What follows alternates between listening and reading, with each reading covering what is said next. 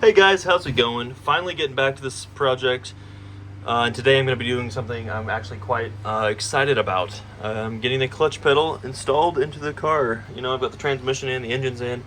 I need a clutch pedal, gosh dang it. So here's what I'm going to be doing. I ordered a reverse mount Willwood clutch pedal and master cylinder assembly, and this I figured fits just right under the dash right here. And there's just enough room on that side to fill up the master cylinder and top it off as it needs, and the pedal fits. Everything seems to work just fine.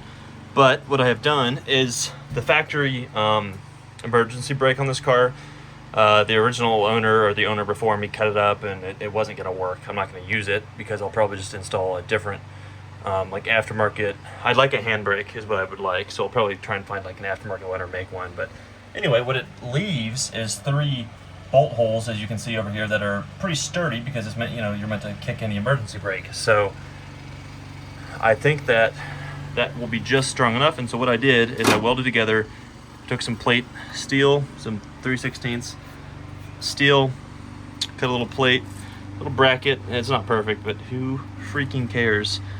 It should be just strong enough, more than strong enough, in fact. Then I welded on at an angle, because it is at an angle in there. I welded on a bracket here that I can bolt my clutch pedal to, just like that. And so that should work just perfectly. I already have measured it and cut it, and obviously it's painted now, so it should be just good to go.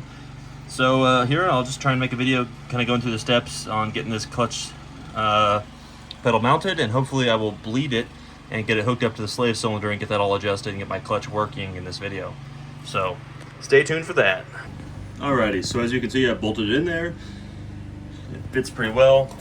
And if I grab my clutch pedal, I should be able to get that slide in there just to show you how it fits.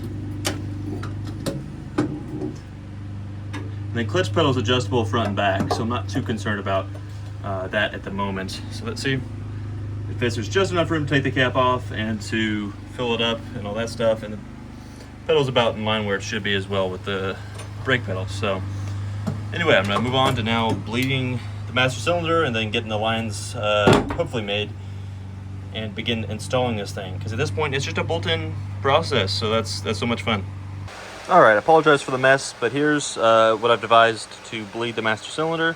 Just made a little brake tube, because what I'm going to do is the flex line that came with the slave cylinder I'm going to run into the car, and then I'm going to mount it on the floor. I'm going to run hard line from the master cylinder to that flex line. So basically all I did, I just took a piece, bent it a little bit so it's going to be submerged in the fluid. And all I'm going to do here is just bleed it like any other master cylinder. I'll just be pumping it all the way, and just so I can basically get all the air out. And I'm going to be using Wilwood's 570 brake fluid. It's just 570.3, .4, I believe. In the brake system I use the .5.1, but this I'm going to be using the .3. Because both this master cylinder and the slave cylinder specify .3 or 4 brake fluid. So I will bleed that, and then hopefully we'll be moving on to installing it into the car. So I'll see you in just a minute. Alrighty guys, I'm under the car right now, just right under the bell housing here. So as you see, I've got my slave cylinder for modern driveline, and then a little bracket here that adapts it to the T5 transmission. Just loosely fitted at the moment. I'm not tightened it down just yet. Right now I'm working on setting. It's a 0 lash setup, so basically all you gotta do, push the piston all the way to the bottom of the slave cylinder like it is, and then you tighten this nut right here so that you don't have any slack with the fork right here. You don't want it to be pressing super hard on the pressure plate, but you want it to be resting on it. So that's about right, I think, right there. And it's a continuous adjustment type of thing, so I will have to adjust and fine-tune it, but for the time being that should work just fine right there. So I gotta throw the nut on the end, but from there all I'm gonna do, I'm probably gonna drill a hole kind of on top of the bell housing, or the transmission tunnel, kind of up there, to route this fitting straight through this 90-degree fitting for the flex line, which is right here. Route that straight through the floor, and then I'll connect it inside the car to the hard line. Alright, finally got everything in. I bled the master cylinder on the bench, and then I installed that. As you can see, you can just barely access it, and you can just barely put fluid in it if you need to. You just take the cap off. It's pretty easy. It's very tight with that hard line there, but it should be just fine. Thankfully, I can probably make, I bent it there because unfortunately I actually bought the wrong fitting. I was thinking this was a 4 AN line, and I actually think it might be a 5 or 6 AN line. Probably not 6, but probably 5.